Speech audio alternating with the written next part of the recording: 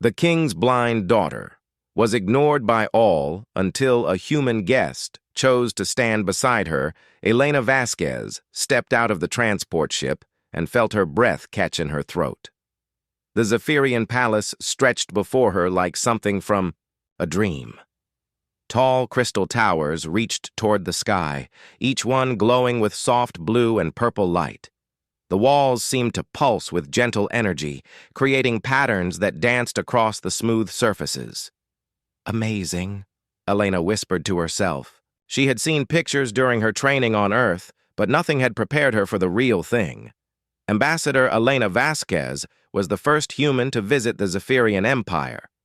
For 3 years, Earth had been sending radio signals to this distant world. Finally, the Zephyrians had answered back. They invited one human to come and meet their people. Elena was chosen because she spoke 12 languages and had worked with many different cultures on Earth. A tall figure approached her. The being was almost 7 feet tall with 4 graceful arms.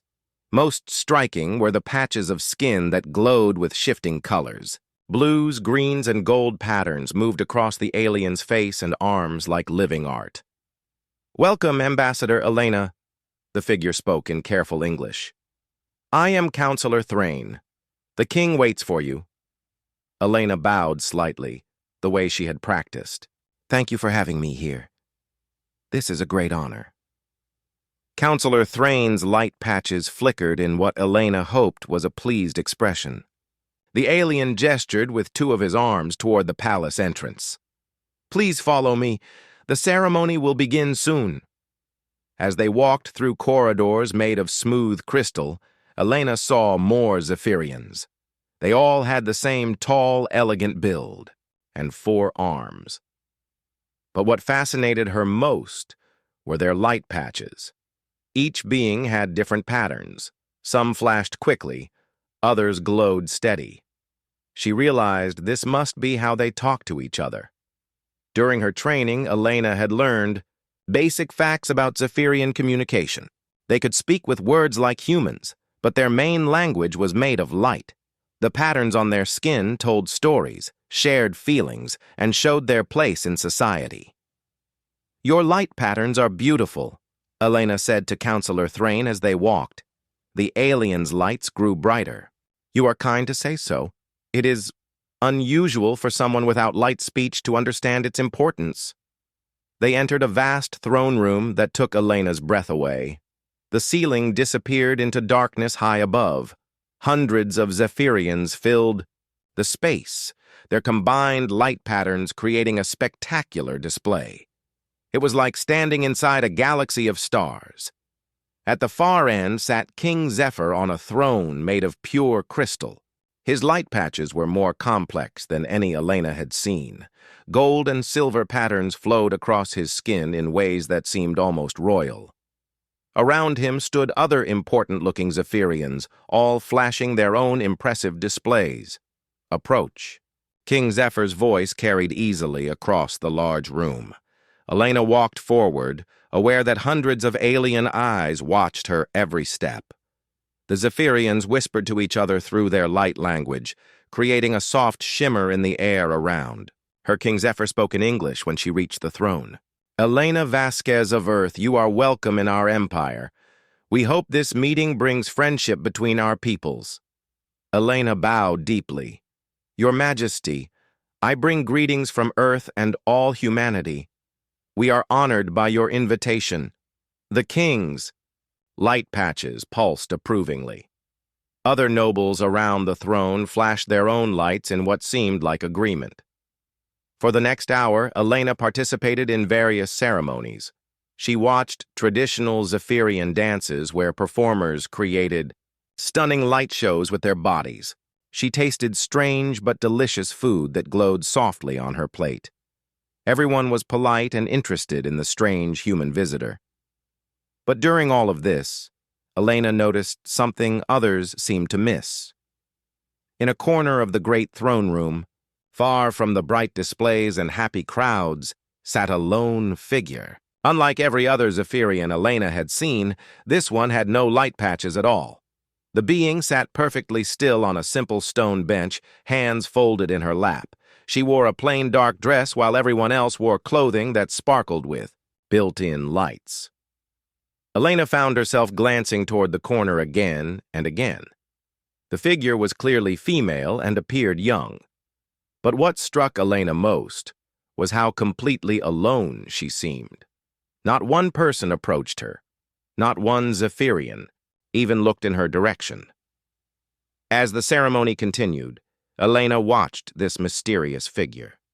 The young woman's head moved slightly when people spoke, as if she was listening carefully to everything. But she never tried to join conversations or move closer to the activities.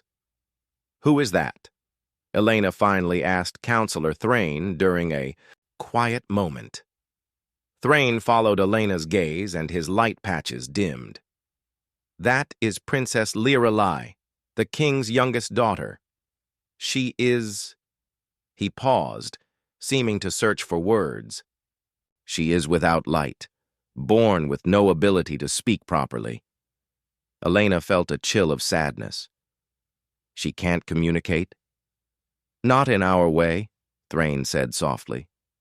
"She understands words, but she cannot create light speech. In our society, it is difficult." "For such a person." Elena looked back at the princess. The young woman sat with perfect posture, her head held high despite being ignored by everyone around her. There was something dignified about her that Elena found moving.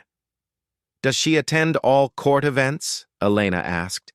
"Yes. The king insists she be present, but—" Thrain's lights flickered uncomfortably. "Most prefer not to interact with her. It is awkward when someone cannot respond properly." Elena felt a familiar anger rise in her chest. On Earth, she had worked with many people who were different in various ways. She had learned that being different often meant being ignored or pushed aside, but she had also learned that different could mean special in ways others didn't understand. As the ceremony moved into its final phase, Elena made a decision. Instead of staying with the crowd of nobles and dignitaries, she walked across the throne room toward the stone bench. Princess Lirelai looked up as Elena approached. Her eyes were large and dark, intelligent and alert.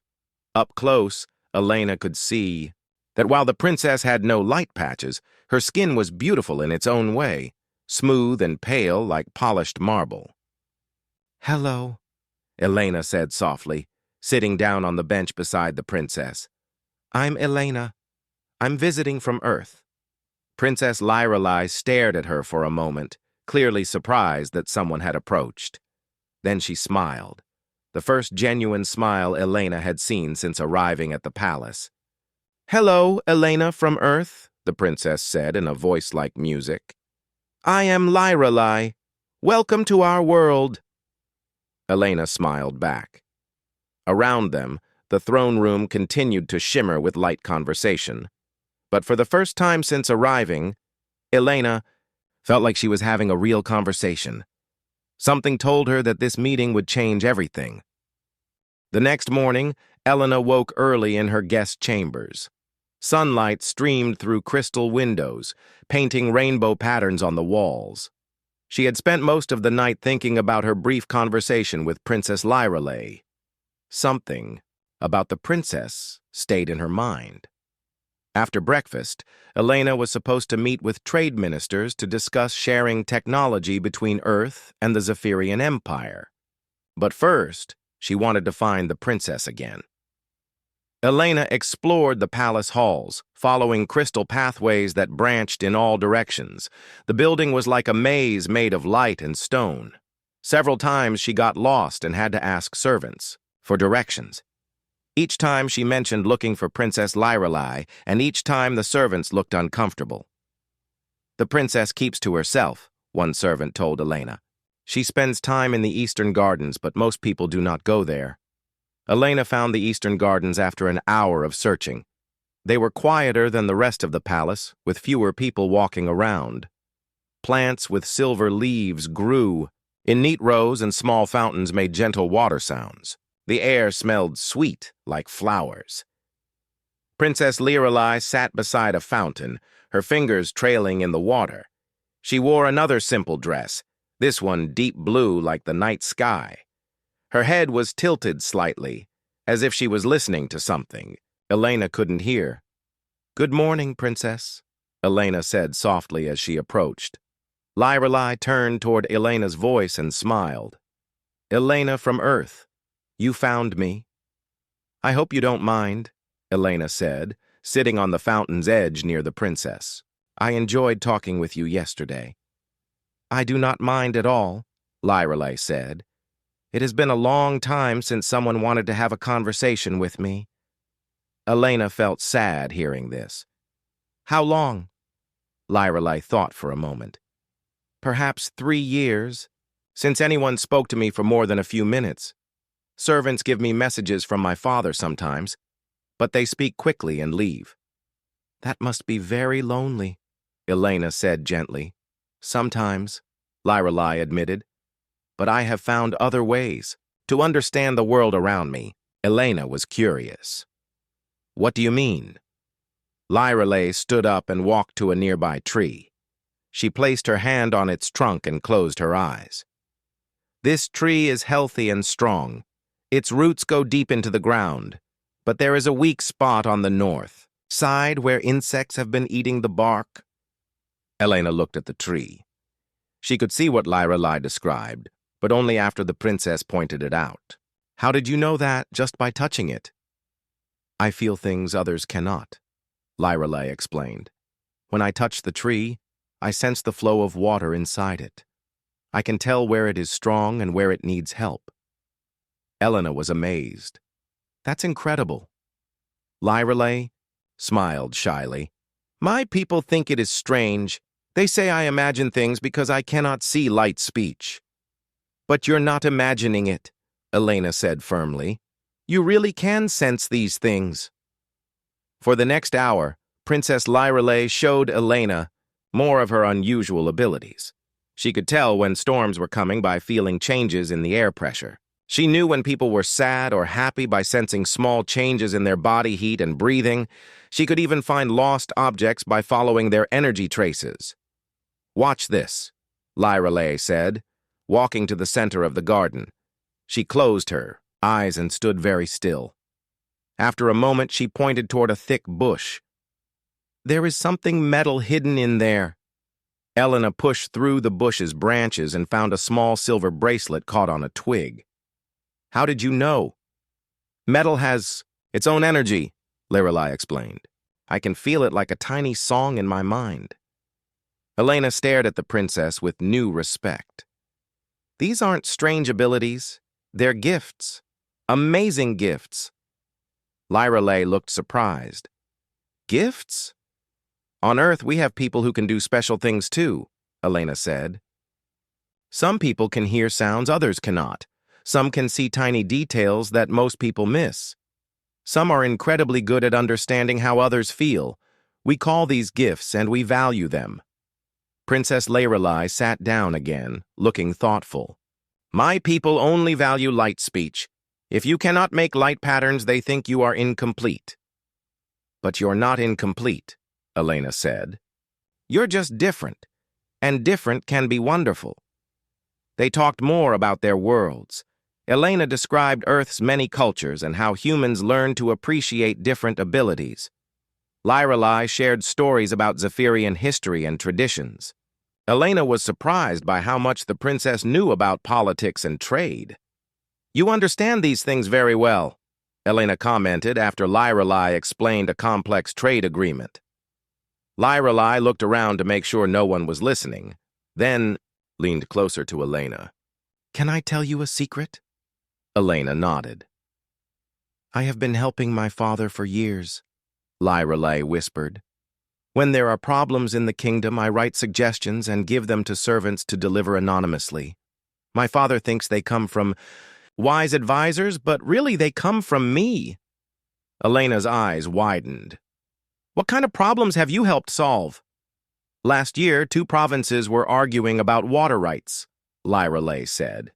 "Everyone was angry and talking about fighting. I suggested a new way to share the water that made everyone happy. 3 months ago, traders were cheating people in the markets. I figured out how to catch them without causing panic.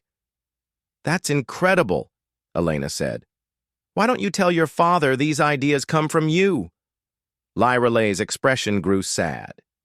He would not believe me. No one thinks I am smart enough to understand important matters. They see someone without light speech and assume I cannot think properly.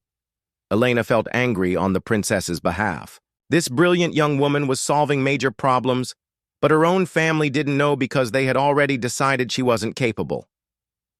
You're one of the smartest people I've met, Elena said honestly. On any world, Lyralay smiled, but then her expression grew worried. Elena, I need to tell you something else. Something important. What is it? I have been sensing strange things lately, Lyralay said quietly. There are people in the palace who are very angry with my father. Their emotions feel dark and dangerous when they pass by. I think they are planning something bad. Elena felt a chill. What kind of planning? I'm not sure exactly, Lyralay admitted. But I hear them whispering in corners when they think no one is around. They talk about the crystal shortage and how my father is too weak to fix it. They say the royal family brings bad luck to the empire. Elena remembered her training about Zephyrian politics. The empire depended on special crystals for their technology.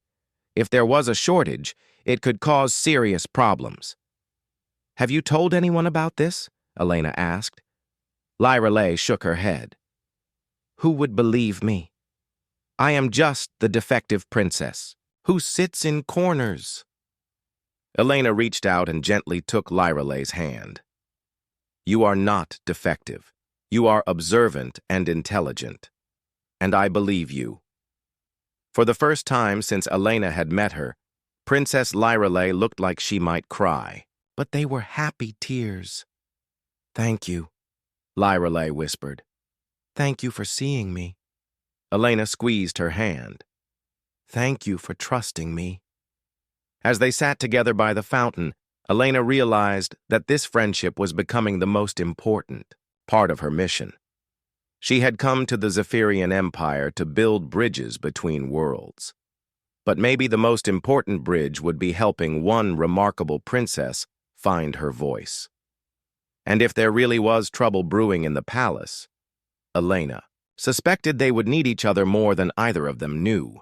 3 days after Elena's conversation with Princess Lyralay in the garden, everything changed. Elena was meeting with Minister Corlin about trade agreements when urgent light signals began flashing throughout the palace. The minister's own light patches turned dark red, which Elena had learned meant serious trouble. What's happening? Elena asked. Minister Corlin's 4 arms moved nervously. The crystal mines have stopped producing. Our energy reserves are running very low. Elena felt her stomach drop. During her preparation for this mission, Earth scientists had explained how important energy crystals were to Zephyrian society. They powered everything from lights to transportation to food production. Without them, the empire would collapse. How long do you have? Elena asked. Perhaps 2 months, the minister replied, his light patches flickering with worry. Maybe less. Within hours, the palace was in chaos. Nobles hurried through hallways with their lights flashing urgent messages. Servants ran back and forth, carrying important documents. King Zephyr called emergency meetings with his advisors. Elena found herself with little to do. The Zephyrians were too busy with their crisis to continue diplomatic talks. She decided to find Princess Lyralay and see how she was handling the situation. Elena discovered the princess in the eastern gardens, sitting by the same fountain where they had talked before. But Lyralay looked different today. She seemed restless, almost excited. Elena, Lyralay said when she saw her human friend approaching. I have been hoping you would come. Everyone in the palace is worried about the crystals, Elena said, sitting beside the princess.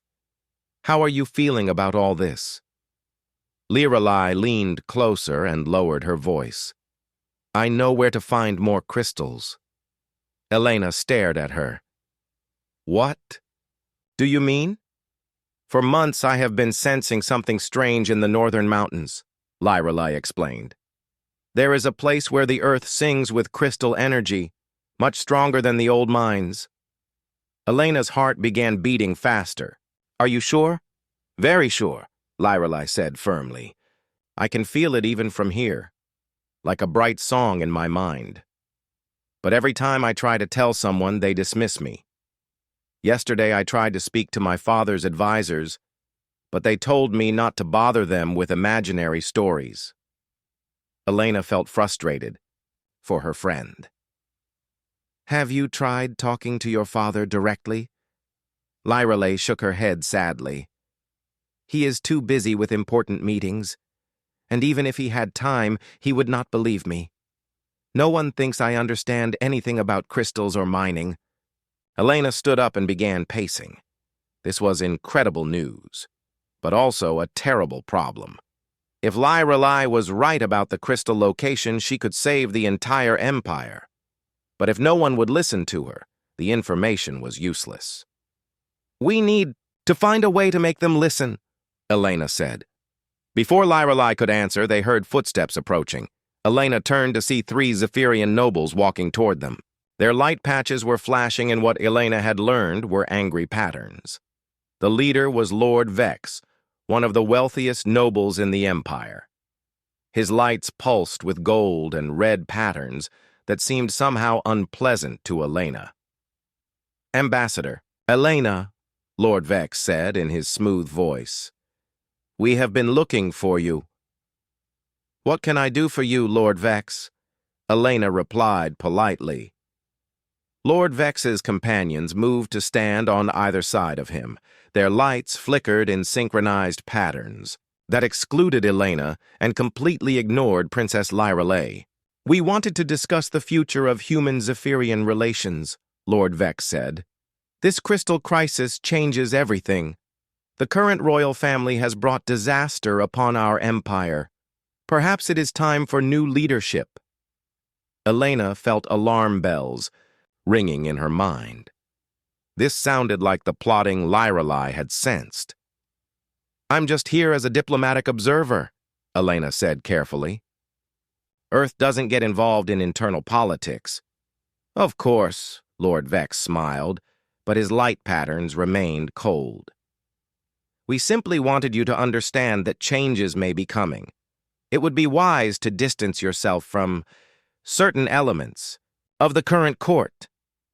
His eyes flicked toward Princess Lirelai for just a moment, but the message was clear.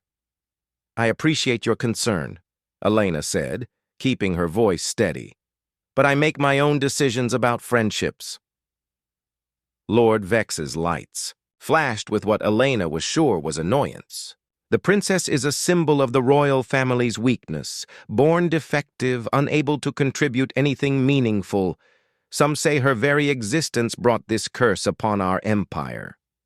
Elena felt anger rise in her chest, but she forced herself to stay calm. I find the princess to be quite intelligent and insightful. The 3 nobles exchanged light signals that Elena couldn't understand, but their meaning felt threatening. Ambassador Elena, Lord Vex said slowly, you are a guest here. It would be unfortunate if you became associated with the wrong side of history. After the nobles left, Elena and Lirelai sat in tense silence. Finally, Elena spoke.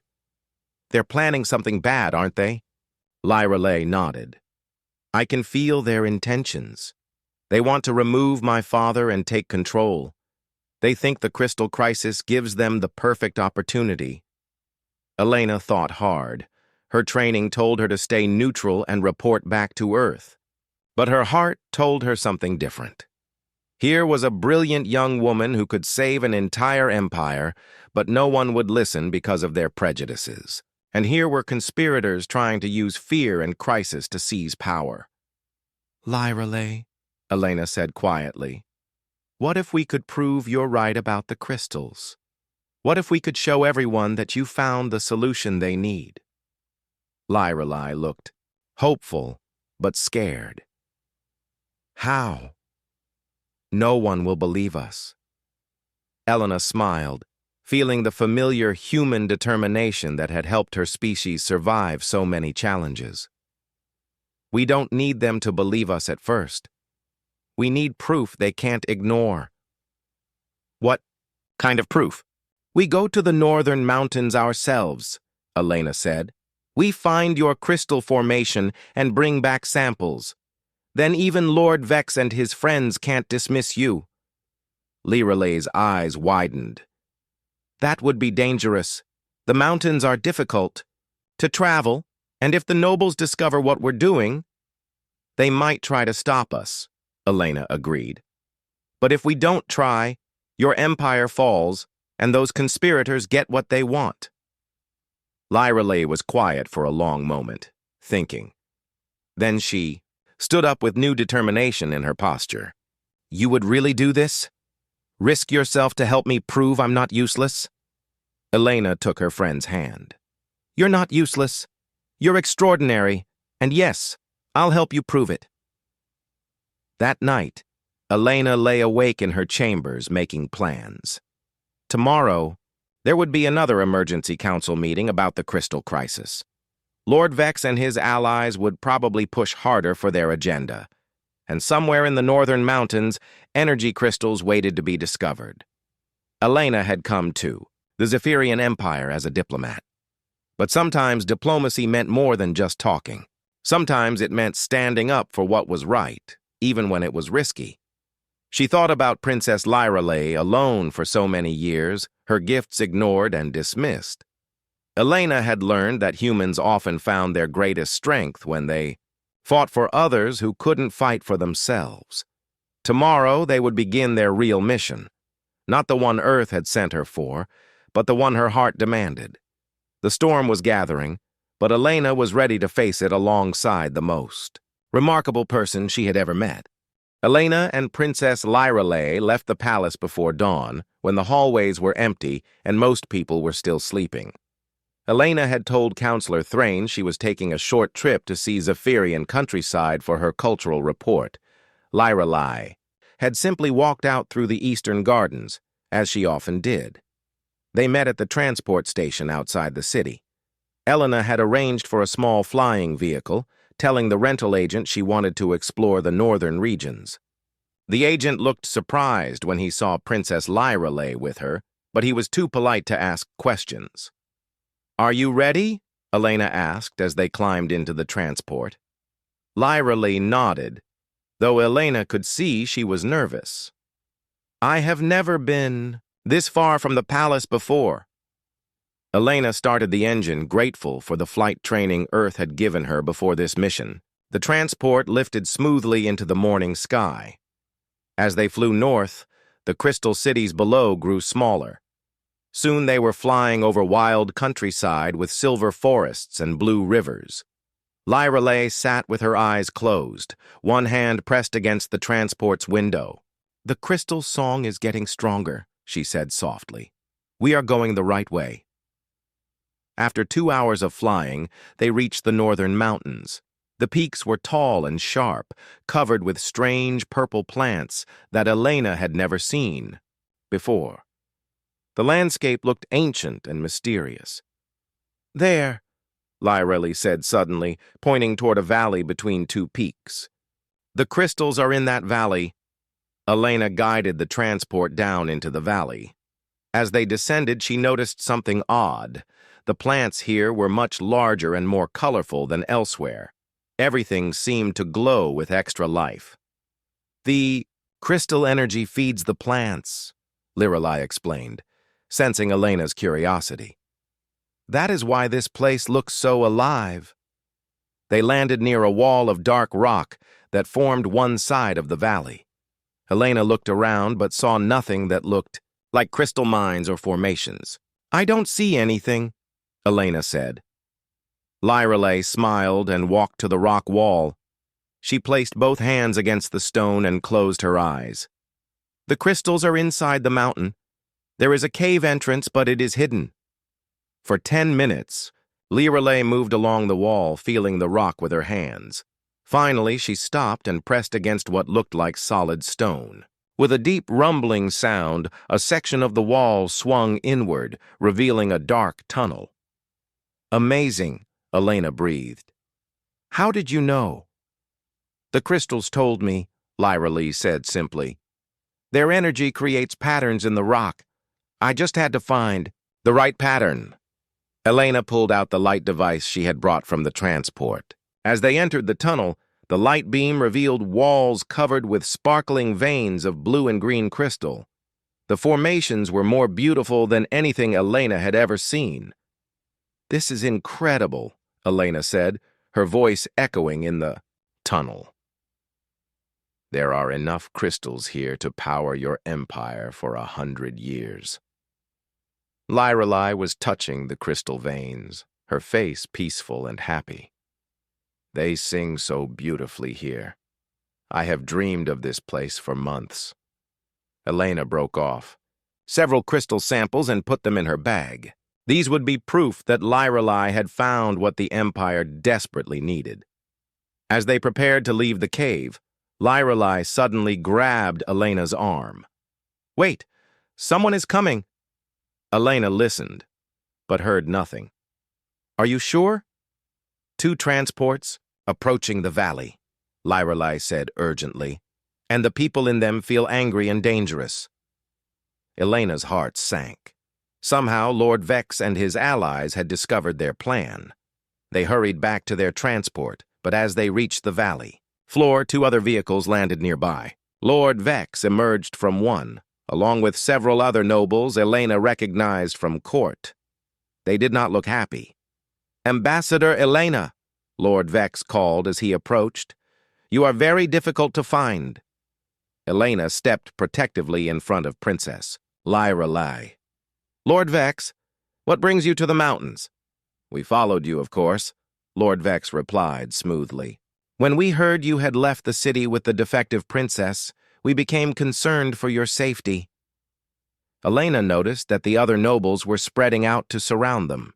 Their light patches were flashing in coordinated patterns that looked like military signals.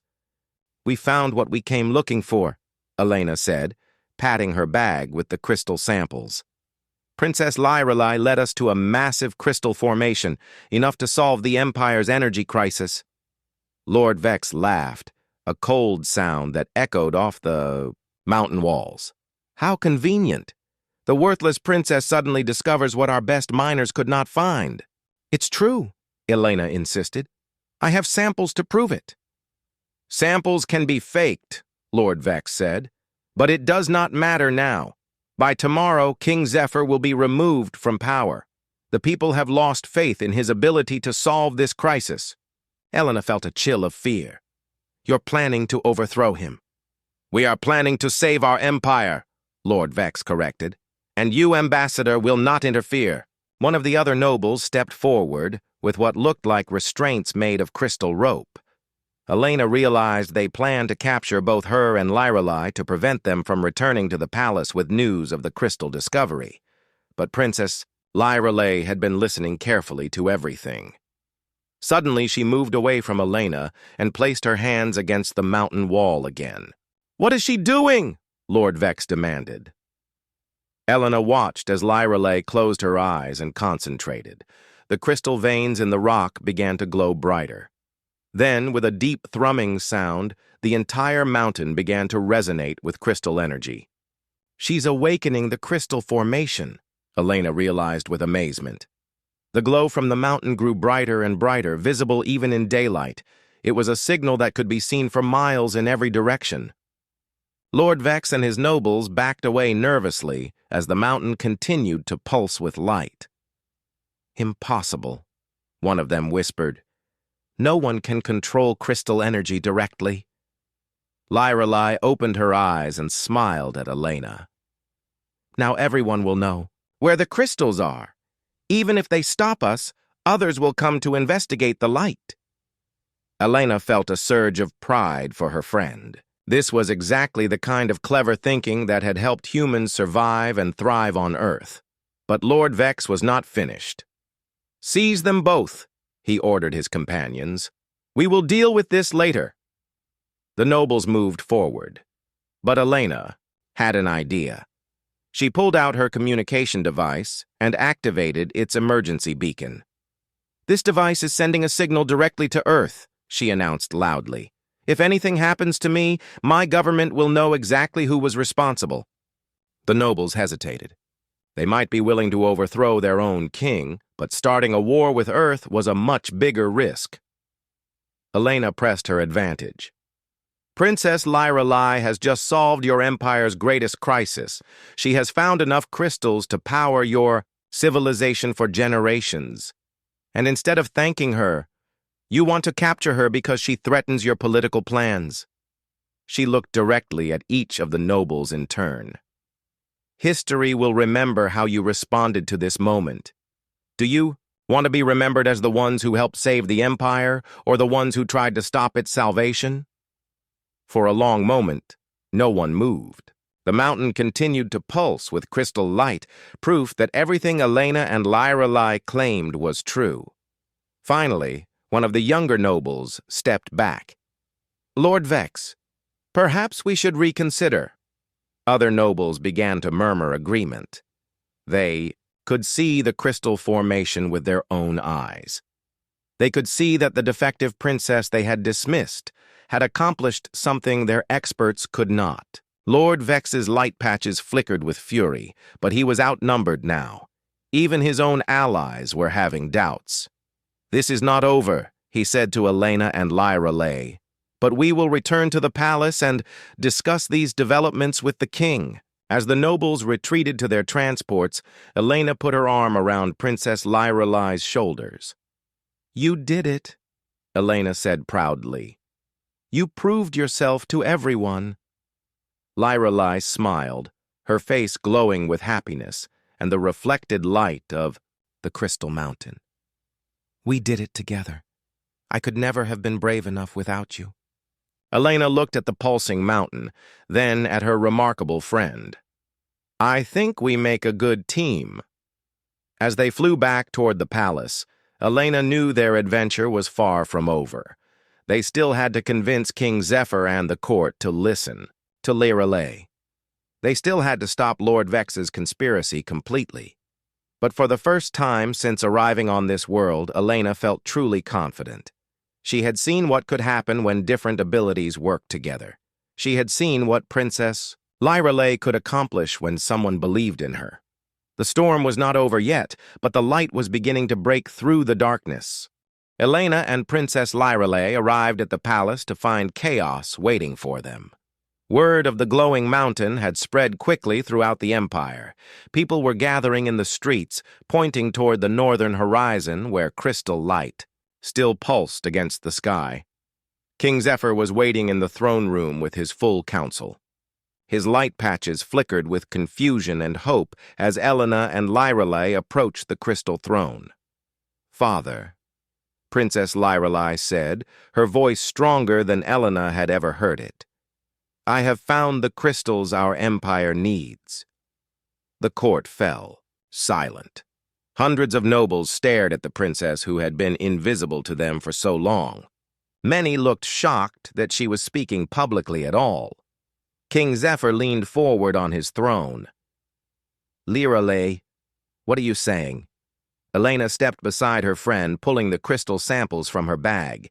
She held them high so everyone could see them glow with pure energy. "Your daughter discovered a massive crystal formation in the northern mountains," Elena announced, "enough to power your empire for centuries. She led me there using abilities none of you recognized she possessed." Minister Corlan hurried forward to examine the crystal samples. His light patches grew bright with excitement as he tested their energy levels. "These are incredible," he declared. "The energy concentration is higher than anything we have ever found." Lord Vex and his allies entered the throne room at that moment, their light patterns dim and defensive.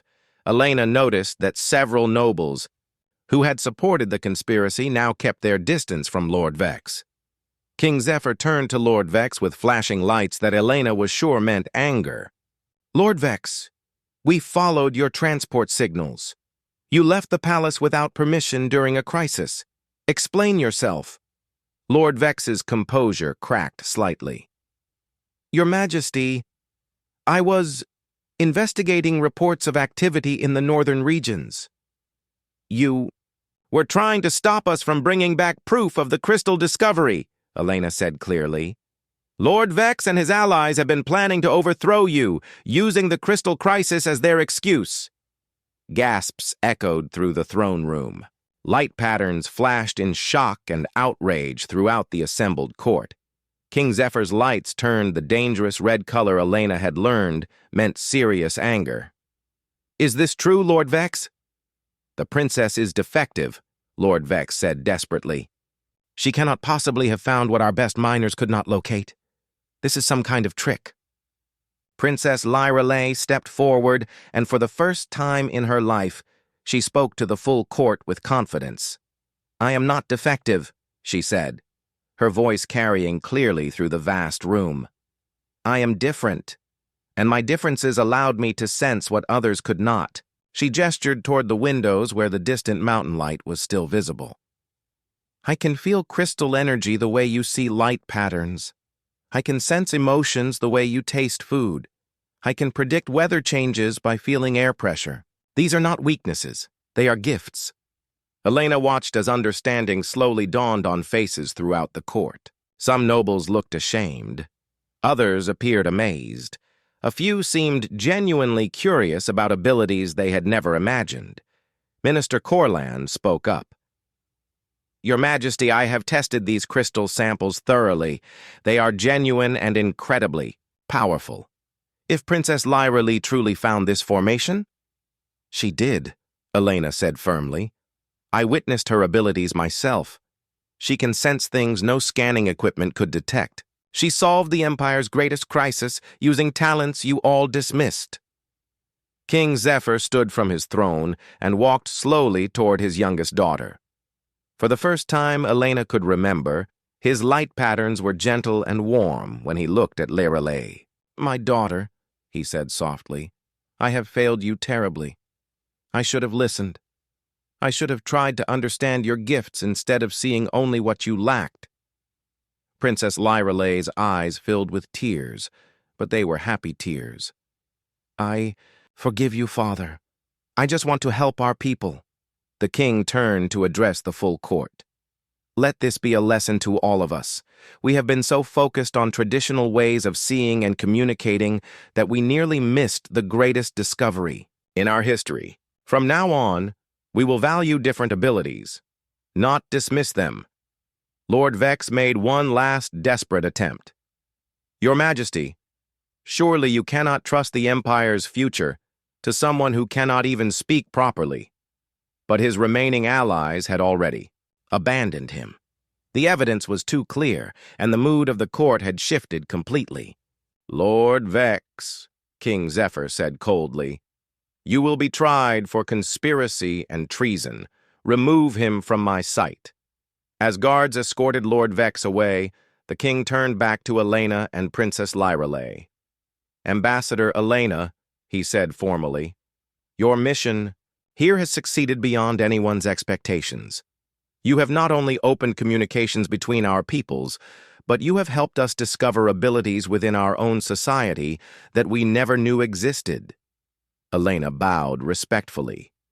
"Your Majesty, I learned as much from Princess Lyrelay as I taught her. Working together, our different perspectives created something neither of us could have achieved alone." Over the following weeks, everything changed in the Zephyrian Empire. Mining teams guided by Princess Lyrelay's sensing abilities quickly established extraction operations at the Northern Crystal Formation. The energy crisis ended within days, but more importantly, the culture began to shift. King Zephyr appointed Princess Lyrelay as the first royal advisor for alternative perspectives. Her job was to help solve problems using different ways of thinking. Young, Zephyrians began experimenting with senses other than light communication. Some discovered they could detect vibrations through their feet. Others found they could sense magnetic fields. A few realized they had always been able to read emotions, but had never mentioned it because it seemed unimportant. Elena helped establish the Academy of Diverse Abilities, where Zephyrians could develop and celebrate different talents. Princess Lyra Lay became the Academy's first director, teaching others how to trust their unique gifts. When it came time for Elena to return to Earth, the farewell ceremony was very different from her arrival.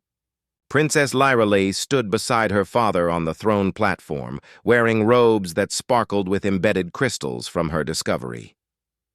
"Elena," Princess Lyra Lay said as they said goodbye, "you gave me the greatest gift anyone has ever given me." "What was that?" Elena asked. "You saw me," Lyra Lay said simply. "For the first time in my life, someone looked at me and saw abilities instead of disabilities. You helped me understand that being different is not the same as being broken." Elena hugged her friend warmly. "You taught me something too. You showed me that the most important discoveries often come from the people others overlook. Every world needs voices that hear different songs." As Elena's transport lifted off from the Crystal Palace, she looked down to see Princess Lyra Lay standing in the Eastern Gardens, surrounded by young Zephyrians eager to learn about sensing energy and emotions. The princess was no longer alone. Elena smiled as she headed back toward Earth. She had come to the Zephyrian Empire to build bridges between species. Instead, she had helped build something even more important: bridges between different ways of existing in the same world. The mission reports would say that Ambassador Elena Vasquez successfully established trade relationships with the Zephyrian Empire and helped resolve their energy crisis. But Elena knew the real victory was much simpler and much more profound. She had helped one remarkable person find her voice, and in doing so, she had reminded an entire civilization that their greatest strength lay not in being the same, but in learning to value what made each person unique. As the stars appeared in the space around her transport, Elena thought about Princess Lyra Lay and smiled. Somewhere behind her, a young woman who had once been invisible was now teaching others to see the world in ways they had never imagined. That, Elena decided, was the best kind of diplomacy of all.